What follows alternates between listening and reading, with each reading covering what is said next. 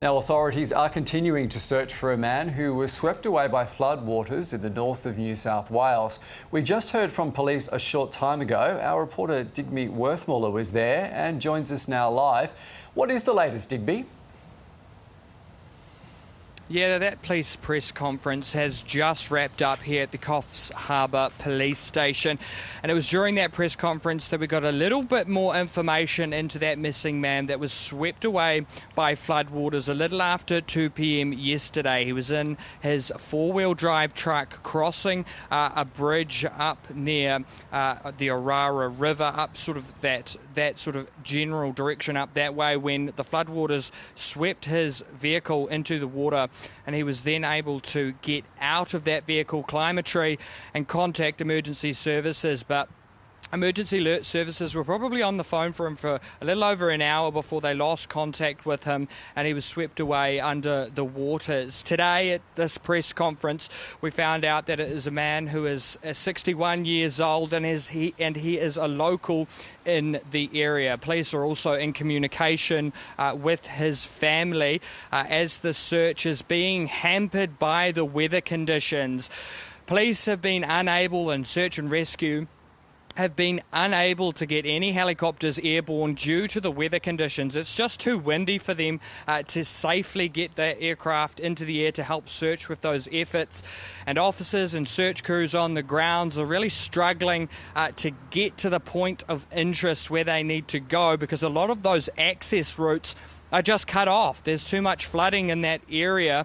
The river levels have been slowly and steadily rising after what has been days of rain, and so the weather overall is just dampening any attempts to try and locate this man and his vehicle. Speaking at the press conference, police couldn't give much more detail than what I've just been able to relay to you now. Here's a little bit of what the New South Wales police had to say. There's a significant weather event going on which is impacting the ability to get air assets and indeed swift water rescue into there.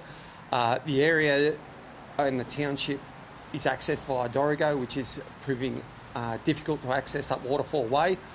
We are using local members of the police that are based up there and other emergency services to assist and access some of the areas.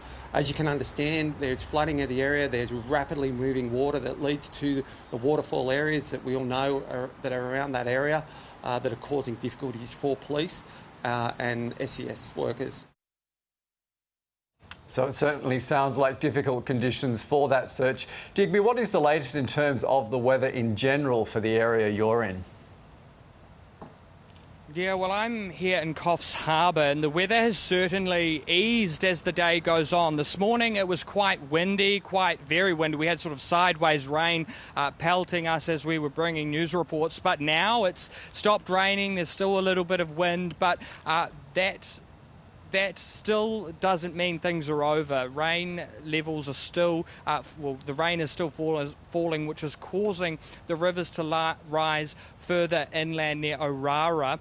The regions and suburbs around there have sort of they have flooding there, which means that a lot of people have been cut off, and the access points mean that people can't get in and out. So those areas are really struggling with that. I spoke with the SES, the State Emergency Service Command Unit down in Nambucca, and they said that in the low-lying areas there, they are seeing some light flooding and river level increases there as well. So as the day goes on and the rain continues to fall, we will certainly start to see probably some more flash flooding in areas of concern, more inland in those low-lying areas, because 3 years ago in 2022, those inland areas are all too familiar with the significant flooding of back then, and now, luckily, they've been prepared enough to make sure they're well ready for this time round.